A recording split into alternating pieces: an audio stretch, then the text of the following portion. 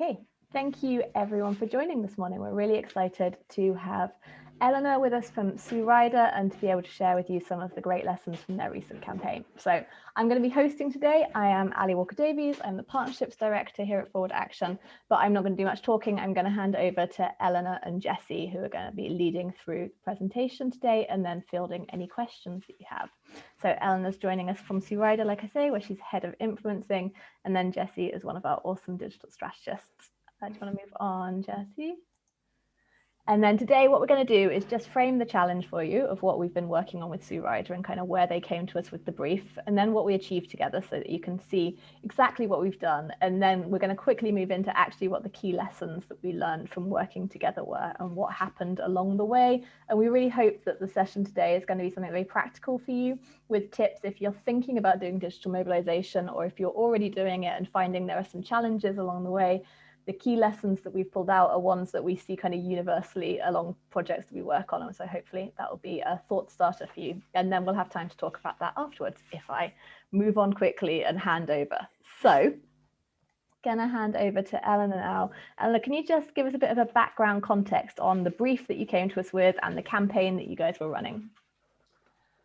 Yes, so the fundamental reason that we had behind running this campaign was really the feedback that we had from people who use our services. So as a charity who provides palliative care and bereavement support and neurological care, the people who use our bereavement services have often spoken about the challenges that face them when returning to work after suffering the death of someone who was close to them.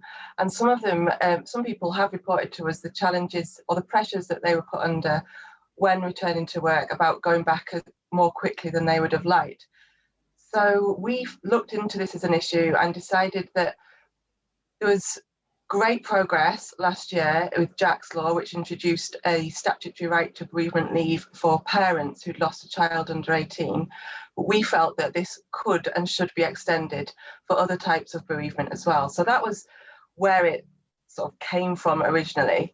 We felt it resonated with people, and also then the opportunity of the employment bill presented itself, although more on that later. So the employment bill was intended to introduce changes to lots of rights and different aspects of employment law. So we felt that was a chance to call for an amendment to allow the introduction of statutory bereavement leave. But we did feel it was really important to demonstrate to government how much the public was on side with this call. So that's why we came to you. Great, thanks, Elinor.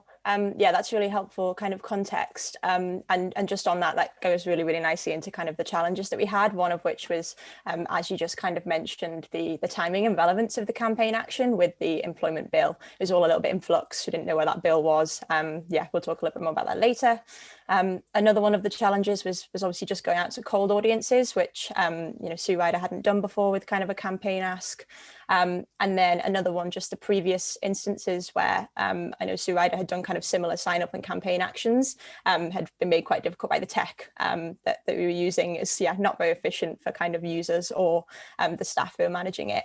And then finally, just the bereavement leave campaign, I kind of in its conception didn't have a really, really clear fundraising ask. So that was kind of another one of the challenges that we tackled. So what was our approach? So essentially our approach was to uplift kind of the tech and user experience side of things to create a really great digital experience that would mean supporters would sign up and they would take action. So we crafted a campaign narrative with really, really broad appeal, like we said, with the bereavement leave, a really, really tangible target to get that kind of amendment in law. We used kind of new tech to improve the action rates. We used the whole campaign as a fundraising opportunity. And finally, we used the campaign as an opportunity to prove kind of the benefits of a digital mobilization approach. So Elinor, could you take us through kind of the goals that we had like initially? Yeah, so I guess we first off wanted to make sure that we got as many people as possible across the country to contact their MPs to raise this as an issue. But as Jess said, we weren't quite sure how to do this, what it was we were asking people to ask their MPs to do. But that was the first thing, was to basically make sure that we had as much contact with MPs as possible. We also wanted to, well, as it says here, grow our database of supporters, but saw this really as a added bonus to the idea of making sure that we're mobilising supporters towards MPs.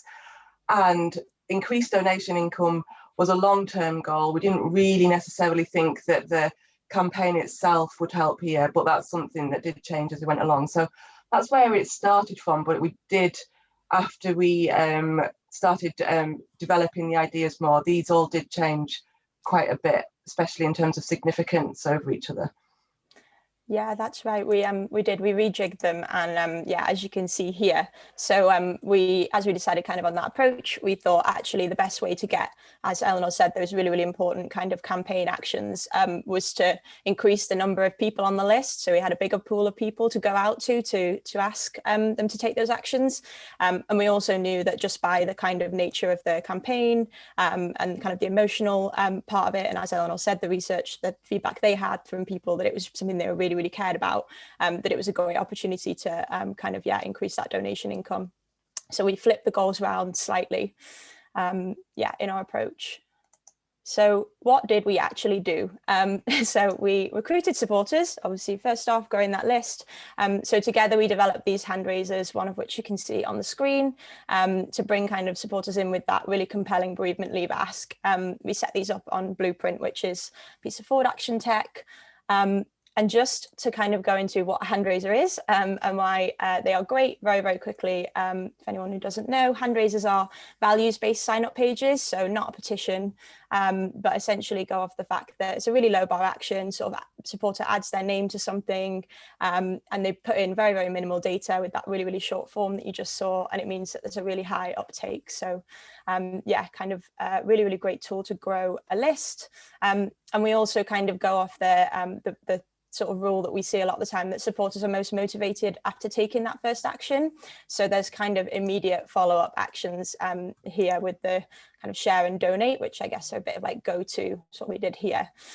So yeah, that's kind of the sort of very, very quick version of what a hand raiser is.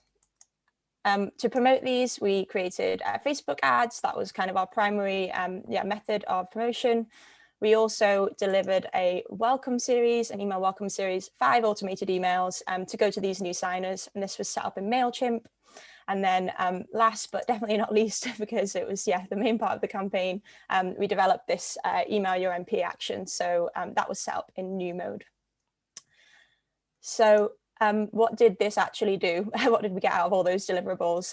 So yeah, we got 15,000 new opted-in subscribers at a cost of 30p each, and ultimately £20.23 per donor.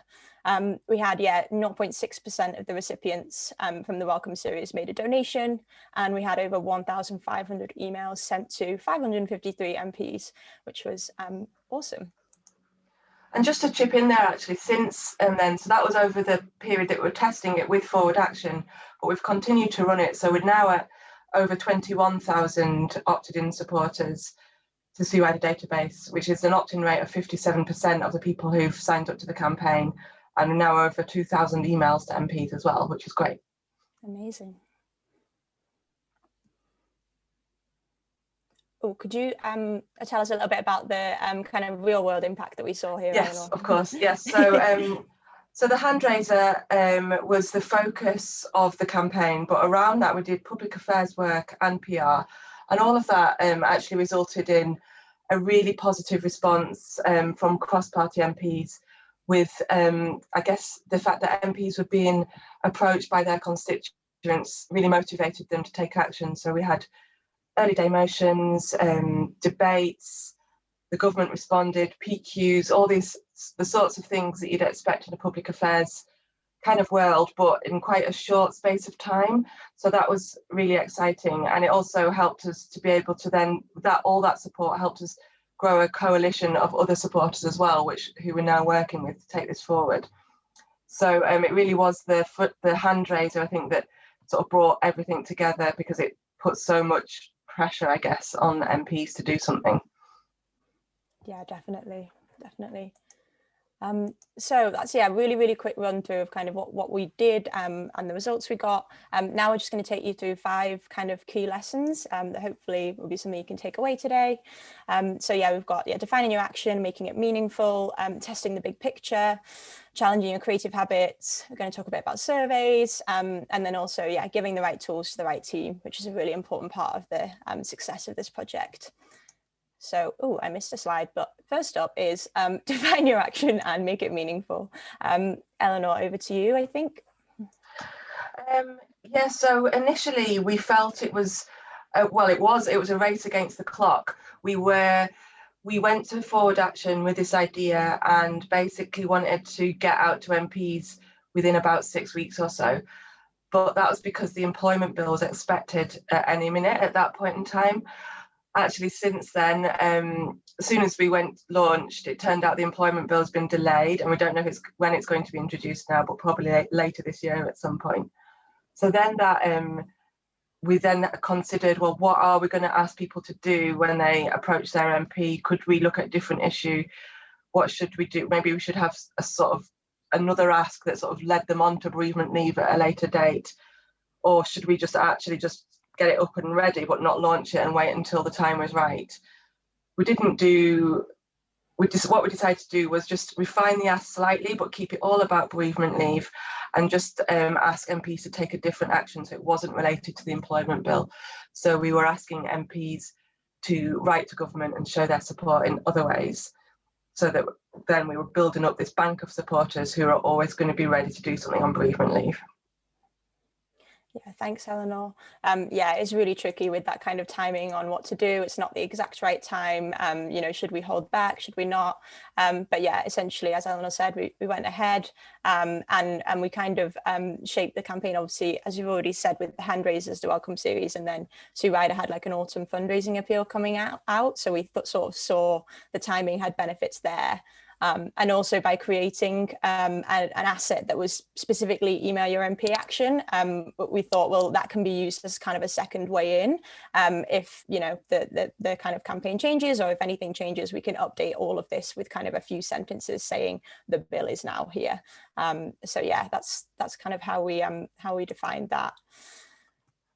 Ali, I think we have some questions. Yeah, I think just kind of at the end of each lesson, just going to quickly touch on thoughts for you to take away as you're doing your planning and making sure that kind of you're taking these lessons. So on this one, it's just making sure that if you're able to think about it, it's like, what's the most important action that someone can do for you right now, today? And maybe that the external factors are beyond your control, but there's always something that you can find for people for you to do now that will lead to future success. What is the most relevant thing happening in the world out there that you can tie into, and how flexibly and able are you to adapt the plans when things change? Because I know, like, particularly when it comes to parliamentary issues, it's always going to be changing, but it's kind of how can you drive the agenda as well?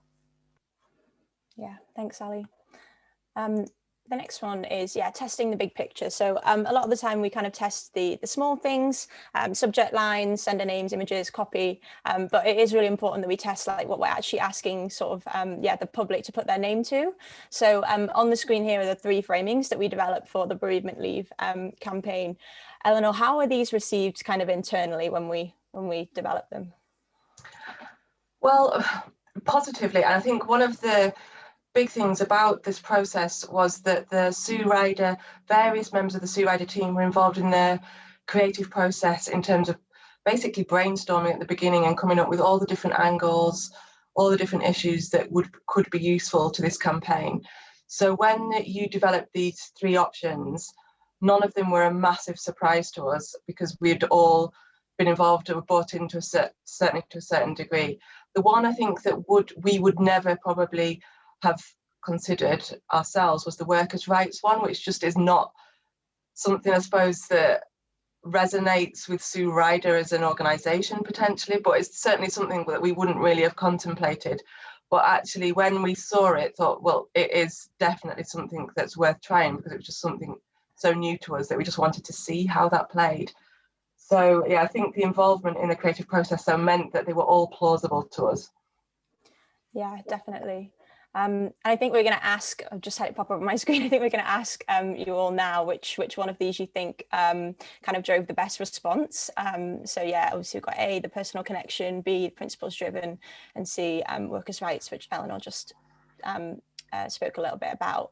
So I'll give you a minute. 10 more seconds on this one just to get your answers in. And there's a clear front runner. Jessie, I don't think you can see the results coming in, can you? I cannot. I'm in the dark.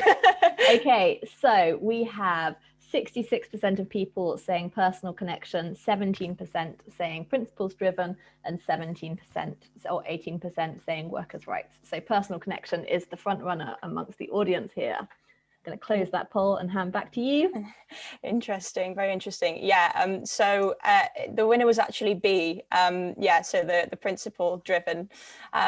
They're actually, all of your answers are pretty good, because there actually was no difference in terms of cost per lead, which made our decision quite difficult in kind of which ones to take forward. But where we saw the best response from the principle driven hand raiser was in the opt-in, share and click to donate rates. So the people who were landing on that hand raiser page were more compelled to take those kind of next actions, which was obviously really, really important. So yeah, that's how we went forward with the principle driven hand raiser.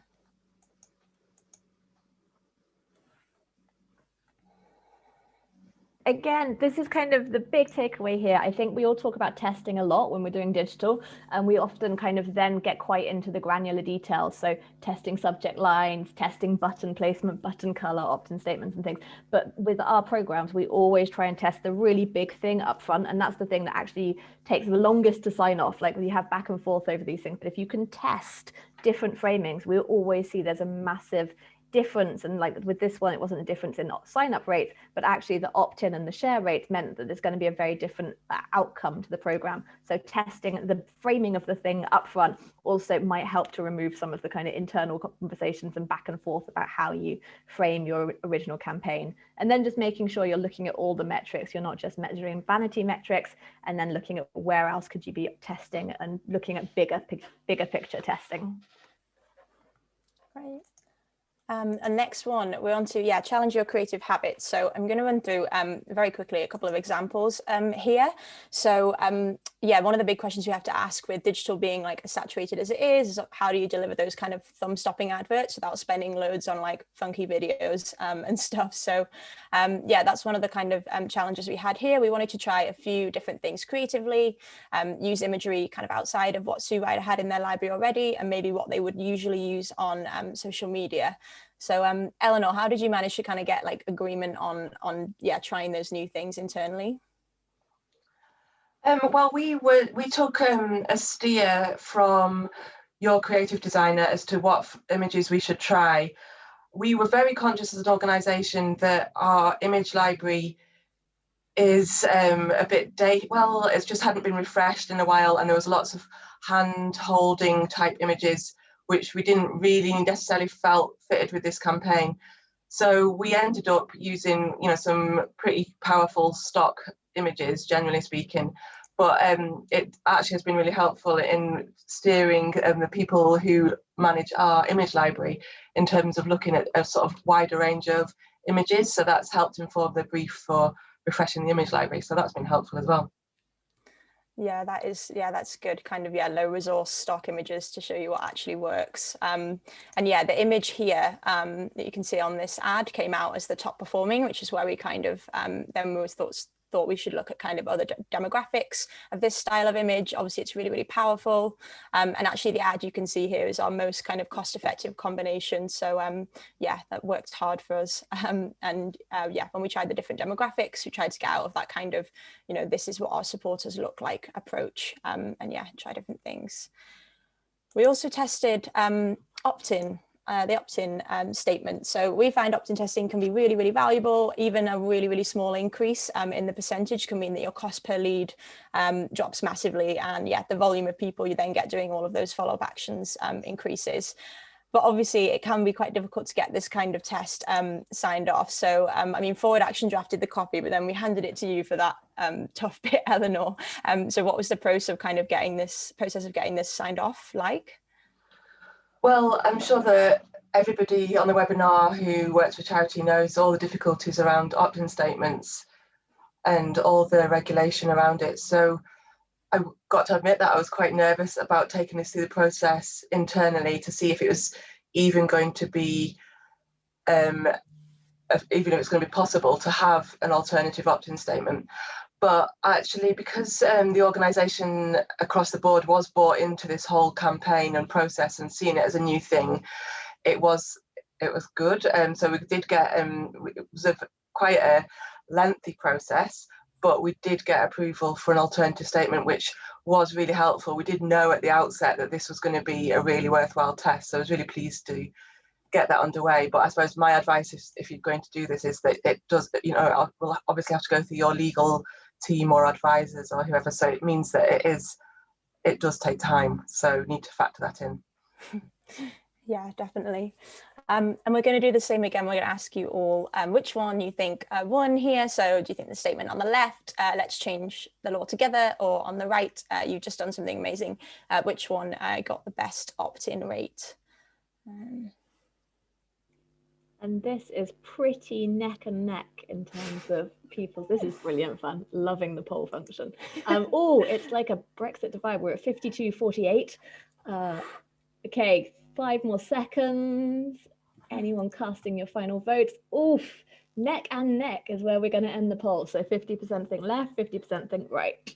Wow. Okay. Well, yeah, the winner was the left. Let's change it all together.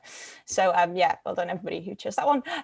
Yeah, the one on the right highlights kind of the impact on people. It's quite emotional and ultimately quite positive, which are, you know, all great things. But I think, yeah, the one on the left kind of won there with highlighting that wider goal. So obviously changing the law, it mentions the urgency of the campaign, and also that there's like further action that the supporter can take. So a bit of kind of shared responsibility there. So yeah, obviously you can see there's over 10% difference in the opt-in rate, which essentially means, you know, an extra 1,000 opted-in leads for every 10,000 signers. So it is really important to test your opt-in statements. Obviously, as Elinor said, it just can take a long time sometimes to get those signed off. And finally, on kind of ways to maximize your creative, on the screen here is the third email in our welcome series, which was essentially a follow-up to the second email, which asked the supporters to email their MP. The MP action was obviously a really, really important part of the campaign, so we wanted to email twice about it in our welcome series. But what I wanted to highlight here was just that this was not another email that we drafted. It's the original email with a very few kind of informal sentences at the top, which I've highlighted in a very big red box, if you can't see. So yeah, we got over a third of our email your MP actions through this email. So that's nearly kind of 200 emails to from supporters to MPs that wouldn't have happened if we just didn't ask twice. So yeah, making the most of your creative doesn't have to be kind of labor intensive, and it can have a huge, huge impact on the success of your campaign. So this one, really what we're trying to help you to get through here is that kind of, again, it's testing the big things. And we know that brand tone and visuals are really important, but we also know that they don't always drive the best results when it comes to doing paid social advertising or when you're looking at a campaign like this. So if you can at all, get your team on board, get your brand team and the comms team to looking at testing things in a really low risk way to see if there's different imagery that's going to work for you, looking at different ways you can get that. And creativity really doesn't just sit with the creative team. So when we're coming up with something like this, as Elinor mentioned, we bring as many people together at the beginning to get the input from everyone. And if people are bought into the creative at the beginning process, it's much easier to kind of drive it through the organization. Great. Okay, on to surveys. So obviously, as we mentioned earlier in the slides, we had this welcome series of 5 emails to kind of continue to foster that supporter engagement, get all those actions. You can see the whole series here, and you can see that the survey ask came in that first email. So when we suggested this survey, Elinor, what were kind of your team's thoughts? Well, as you know, our focus was purely about getting people to contact their MPs. We were not really interested in other actions that people could take. So, but I guess, that's what we're used to. We'd not tried this before. So we were not convinced about the value of a survey, and didn't, particularly because the survey would generate data that we weren't really necessarily going to find useful. or be able to use in any sort of public way. We could use it maybe to inform some decisions later on in the campaign, but it was not going to ever be that critical to us. So we were not convinced that a survey would be the most useful, I suppose, best use of our time and resources. But we did decided to test it at the very least, as you know. Yeah, and it's kind of concerns and perspective that we see a lot. This survey was just a few questions. Obviously, the first question was kind of embedded in the email there. As Elinor said, the responses weren't attached to kind of supporter records, and it wasn't a data collection exercise, which sounds a bit wild for a survey, but the main purpose here was to warm up to a donate ask. So this was, I think, 4 questions in the survey, and then a donate ask. And what we saw, obviously you can kind of see some of the stats on the screen here, but what we saw was those donations that were made at the end of the survey were double that of the ones on the hand raiser page. So just those few questions that kind of warmed people up and made them think, yes, I really do believe in this, I really do want to support Sue Ryder, meant that the donations they made were much higher value. So we think people love surveys. Obviously, as you just said, you saw 49% of the email openers actually completed it, which is really high. It really fosters that engagement from a supporter. It reiterates their alignment to the cause. If you can ask those questions that kind of say, do you think this is wrong? Oh, us too. That kind of tone. And then it fosters sort of two-way communication as well. So with that first email, it's not, hi, we're Sue Ryder, here's what we do. It's, hi, what are we going to do together? And also, the primary purpose isn't data collection, but you can use those responses to kind of shape future comms if you see sort of trends or things like that. So it's not that it can't be used for data collection, it's just not the primary purpose here.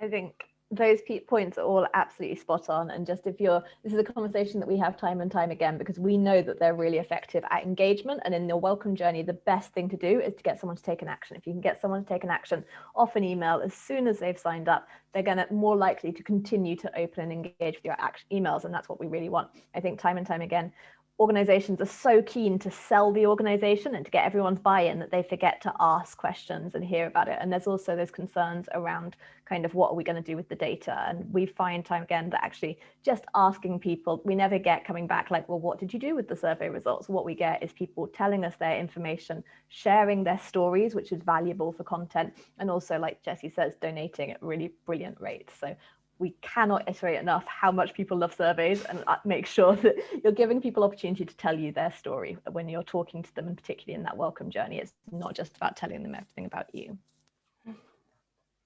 Thanks, Sally. We're on to our final lesson, which is giving the right team the right tools. So you can kind of see on the screen here the sort of the teams that are involved on both sides. Elinor, how did you get kind of buy-in and involvement from reps from these different teams that are listed from Sue Ryder?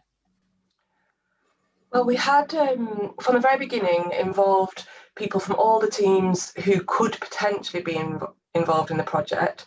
So some would be more critical than others, but so that everyone developed objectives that would work for them for the whole project. So that helped with buy-in from all the different teams.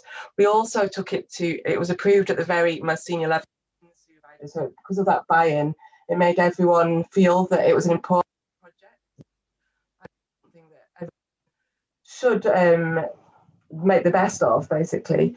Also, in terms of the members of the sort of core project team for the hand raiser, we did have, I guess, linchpin people from each of those teams listed here. So the people who could make things happen, they didn't need to have to be the heads of those teams or anything, but they had to be people who could make things happen within those teams, so that as we progressed, and we did progress quickly, they could make sure that everything happened as we needed it to happen. And I also think that the whole involvement of all these different teams in the creative process at the beginning meant that people felt real ownership of the whole project, because they could then see how their ideas shaped what came out at the end. So what we went out to the public, they could see how they were involved and what the decision-making process was. So everyone felt that they owned it, and that was really, really important. But also, I think the fact that Sue Ryder despite our, I guess, brand recognition and name, is a really lean organisation. So when there's a project like this on a short timeline, then people just have to get on with it. We're lean, we just have to do it. So that is also really helpful. Yeah, I think that sort of ownership of the assets is really, really important, definitely. And I think kind of when we go on to the right tools, that the team kind of used. This is an example here. Obviously, this is the email your MP action, which used new mode, which was a new piece of tech, a new system for Sue Ryder. Obviously, 85% of the email clickers took this action, so it shows how kind of easy it was for the user. But ultimately, the kind of real, the real benefit here is that actually once the project had ended, Sue Ryder immediately went on to create another action page using this tech, which was just kind of the ideal situation. Obviously, the worst situation is where you bring in like a big snazzy new piece of tech and no one sees the value in it or wants to use it again. So I think it says kind of a lot about Sue Ryder's kind of commitment to trying these new things and using new tools and new tech to kind of keep this campaign ongoing. So this is the last summary for me, but I think it's making sure that you're getting the right people involved at the beginning and then thinking about how are you going to use their time valuably. So I think there's a reticence to get lots of people involved because everyone's very busy and you're never going to be able to get everyone together, but actually getting people together up front and then using less of their time throughout works really well, we find. I think this was a really dreamy project. When you look at kind of the list of teams involved from Sue Ryder's side, that's exactly who we'd want to be involved in digital mobilization because it's relevant for all of those different teams. And if you can bring people on board, you'll really see those benefits from a kind of policy and campaigning perspective, but also fundraising and bringing it all together. And so how can individual colleagues going to get out of the process and the project as well, and where's there's learnings that can be shared. And then the tech is just the fundamental thing that's going to help your digital mobilization program sing, is if you're able to really easily stand up a new campaign page, a new email your MP action, if it's something that people are empowered to do. And we know that can be a really big challenge for organizations. So things like new mode help make that easier for people. Yeah, definitely. And so, just to summarize then, the key takeaways, obviously those 5 lessons. 1, building in flexibility to your campaigns with the timing messaging. Don't be so set on perfect timing or the perfect ask. Kind of go with what you have, what's compelling, what people are gonna want to be involved in. 2, obviously, test your messaging, even if it seems like there's only one way to approach it. Bereavement leave is quite a narrow kind of area to be looking at. Still tested different approaches, and it's still really, really beneficial to do that. Obviously, look for kind of low resource ways to flesh out and test a campaign. Give you a few examples there of how we did that with Sue Ryder. Being open to different tactics. So surveys was the example here that really had quite an impact on the success of the campaign with the donations and the engagement rates. And finally, kind of getting the right tools and team in place doesn't have to be a mammoth task if you kind of start up front with that. So I think we're just going to quickly ask Elinor to talk a little bit about the kind of what's next for Sue Ryder before we go into some questions. Yeah, so with the delay to the employment bill, we've actually added a final email to the welcome series that basically says watch this space to the people who've signed up this way. And so then they'll be put onto a supporter journey. We're actually adapting that ongoing supporter journey as we speak to change the messaging and framing to more be geared towards these people who are recruited in a totally new way to us compared to how we would normally recruit supporters. The fact that we've recruited supporters across the country is new to us because most of our supporter database is based around where the physical locations of our services. So that's one of the reasons we're changing the supporter journey for these people. We're looking at testing a telephone opt-in as well. So we're looking at this point in time.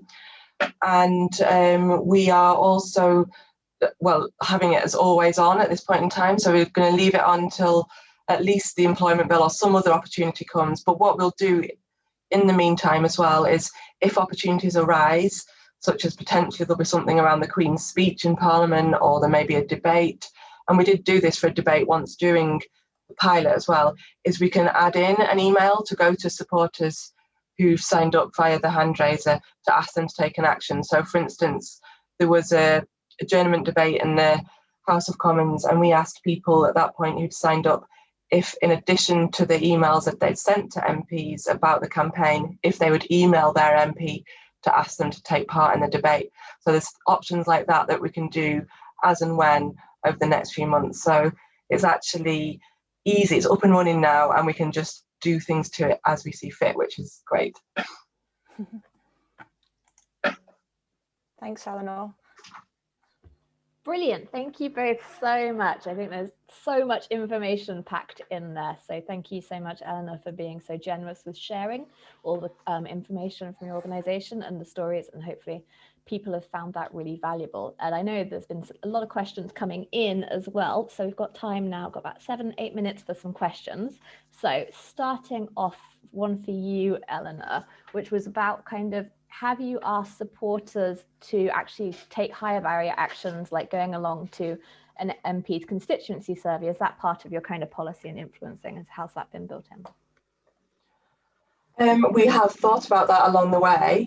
I guess one of the things that we need to take into consideration is the fact that we've done all this during various different types of lockdown. So basically, whatever actions we were to ask people to do pretty much had to be online, really.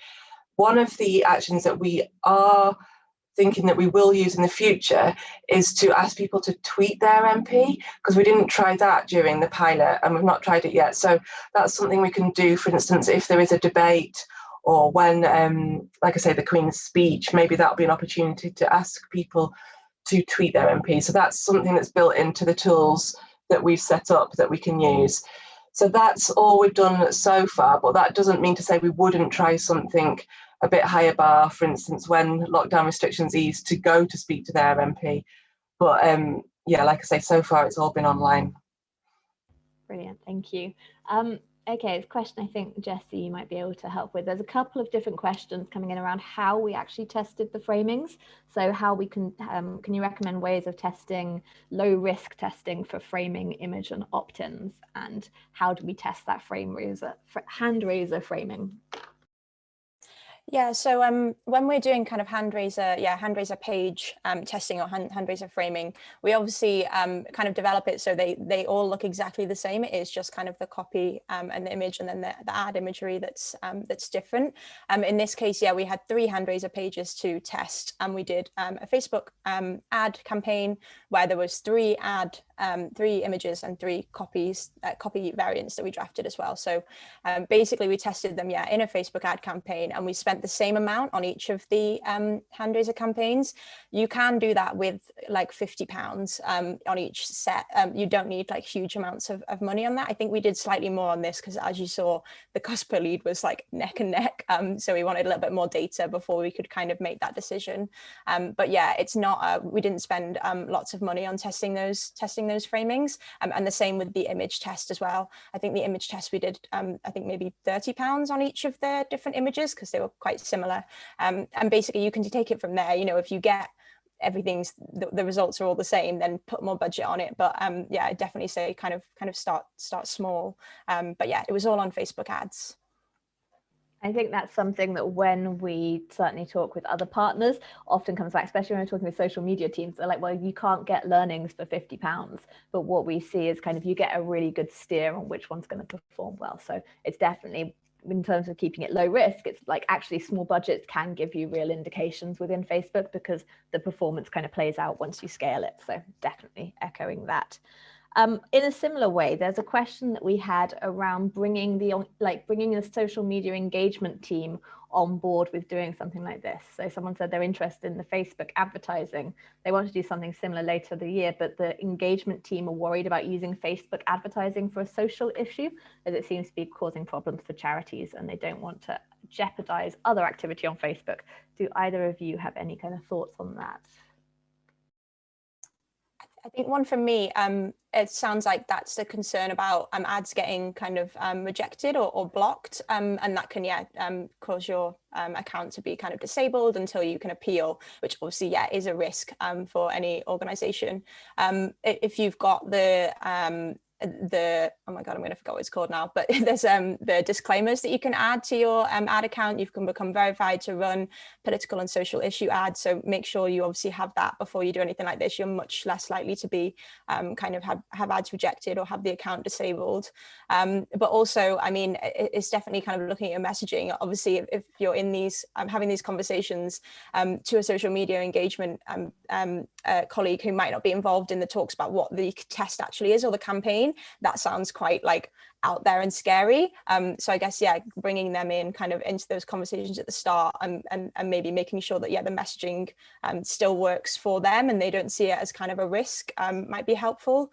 Yeah, I've worked on that kind of side of things before, and yeah, it sounds a bit too high risk if you don't know kind of the specifics.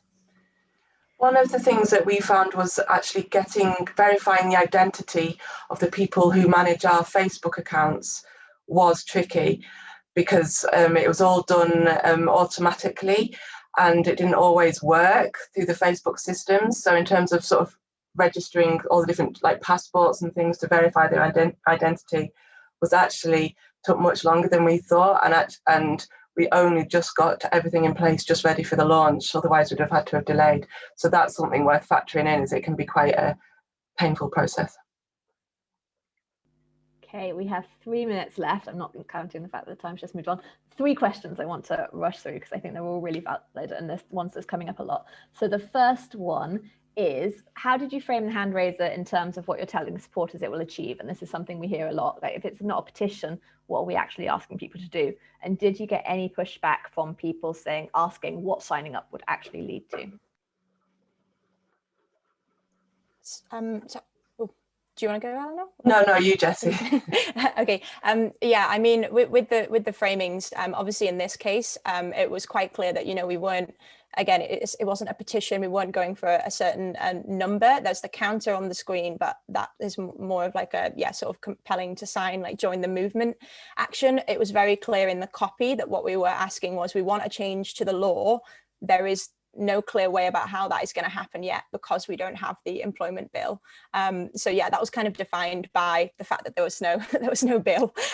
But yeah, the copy was quite clear that yeah, that's how we were going to approach it. And as I remember, Elinor, you might jump in a bit here. I think we did have a few comments of people sort of saying, you know, how is this going to be achieved? But we had our response ready because obviously we're like, you know, we want you to email your MP. We're working out on the policy side, or Sue Ryder working out on the policy side. There was a theory of change there that we could tell those people. Yeah, so we developed a bank of messages that we could use to respond to queries online, and that was really helpful. Thank you very much.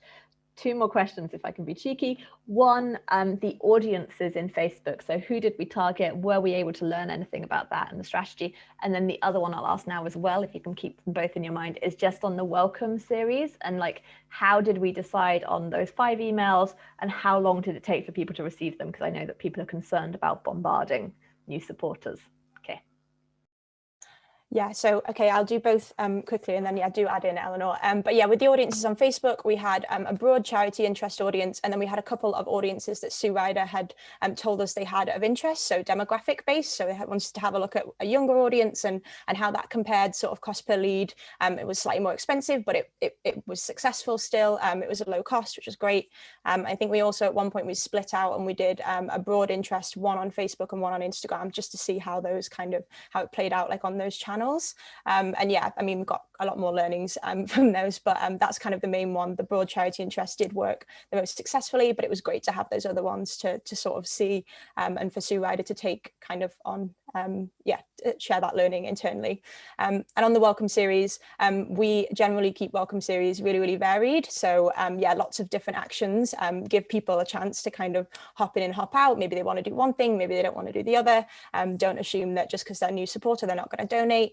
I think it's been said on this webinar before, but that kind of like dance floor of engagement. So yeah, letting people kind of hop in and hop out. So the main aim was just keep those actions as varied as possible, which is why we had survey, campaigning action, share and donate. So yeah, a bit of a spread. That was very fast. That was absolutely brilliant. And I realize we're now at time. So there's a couple more questions, but we're going to follow up with an email that will include a recording link, and we'll have some we're going to share some of our blog posts as well that are kind of relevant to some of these things. And Elinor, you very kindly offered for Alessandra to get in touch directly with you around the policy and campaigning side of things as well. So thank you for that. So I will just say thank you so much again, Elinor. It's been really brilliant to be able to firstly work on this awesome campaign with you and see that it's really driving some change, but also to be able to share the stories and share the learnings so that hopefully some more people in the sector can start adopting some of these things. So thank you, Jessie, for taking us all through it, and thank you everyone who's joined us this morning, and we will be in touch about future webinars. Okay, have a great day.